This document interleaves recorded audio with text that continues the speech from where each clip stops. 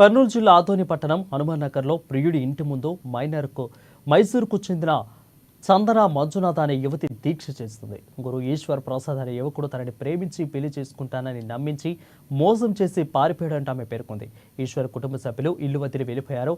దీంతో ఆ యువతి ఆదోని 3 టౌన్ పోలీస్ స్టేషన్లో ఫిర్యాదు చేసి తనకు న్యాయం చేయాలని కోరింది. మా పేరెంట్స్ కూడా ఇక్కడికి వచ్చినప్పుడు మా నాన్న చెప్పింది, నేను నా అల్లుడికి ఒక చైన్ ఇస్తా మ్యారేజ్కి అని. ఆంటీ చైన్ వద్దు, మా కొడుకుకి బ్రేస్లెట్ ఇవ్వండి అని చెప్పారు.